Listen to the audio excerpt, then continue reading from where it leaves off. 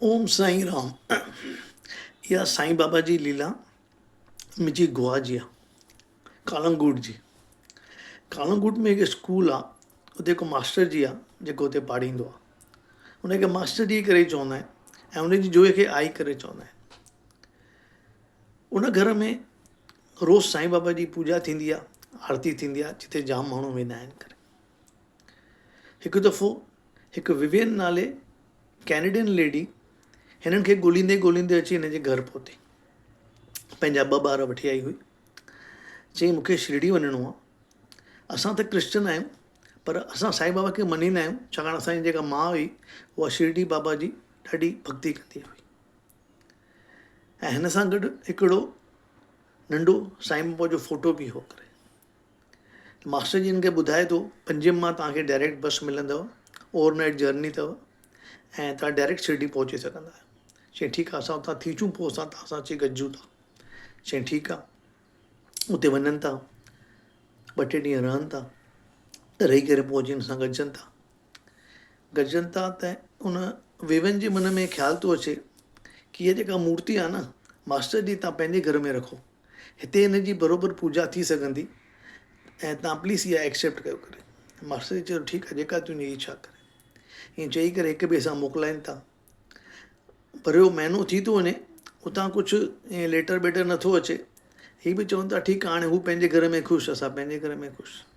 हिन विच में आई जेका आहे हिकु ॾींहुं मास्टर जी खां पुछे थी भई उहो कैनेडा में जेका विवेन आई हुई उनजो को लेटर बेटर आयो आहे छा? चई न, हुतां त को लेटर बेटर न आयो आहे। हीअं जंहिं ॾींहुं पुछे थी उन ॾींहुं कलाक 2 कलाक खां पोइ पोस्टमैन लेटर खणी थो अचे। लेटर ॾाढो वॾो लिखियलु हो। हुन में विवेन लिखियो कि मां हितां वियुसि त मूंखे जाम तकलीफ़ थी, मूंखे फ्रीक्वेंट हेडेक थियणु शुरू थी विया ऐं मूंखे चयूं कि तोखे ब्रेन में, मां टेस्ट कराई त मूंखे चयूं ब्रेन में ट्यूमर आहे ऐं मुंहिंजी आईसाइट बि कमज़ोर थी वई आहे, मूंखे जाम वीकनेस थी वई आहे ऐं मुंहिंजी ॿुधण जी शक्ति बि घटि थी थींदी वञे। ऐं इहो लेटर बि जाम मुश्किल सां मां तव्हांखे लिखी सघी आहियां करे, त महिरबानी करे साईं बाबा खे प्रार्थना कयो त मुंहिंजी अंत वेली सवली करे। उहो इंग्लिश में लेटर हो, आई खे इंग्लिश न ईंदी हुई, त मास्टर जी सॼो लेटर हुनखे हिंदी में पढ़ी करे सम्झाएसि थो करे। आई चएसि हिकिड़ो कमु कर, तूं हुनखे लिखी मोकिलीसि कि तुंहिंजो ऑपरेशन थींदो, तुंहिंजो स्कल खोलींदा, पर हुन में ब्रेन ट्यूमर हूंदो ई न। मास्टर जी चएसि थो हुते हेॾो डेवलप्ड कंट्री आहे, हाँ कैनेडा सम्झी थी केतिरा हुते मेडिकल साइंस केतिरी हुते फॉरवर्ड आहे, उते तूं ईअं लिखी मोकिलींदे त हलो। चई तोखे छा करिणो आहे, मुंहिंजे मन में जेको वीचार आयो आहे मां तोखे ॿुधायां थी, तूं हुनखे लिखी मोकिलींदे, तोखे छा तकलीफ़ आहे। चई ठीकु आहे, भला मां लिखी थो मोकिलियां। त हुन वटि सॼो लेटर ठाहे करे हुनखे मोकिलिसि थो करे। 8-9 महीना थी था वञनि, को त रिप्लाई नथो अचे। त हिननि खे बि लॻे थो हाणे उहा गुज़ारे वई हूंदी करे, हाणे छा करे।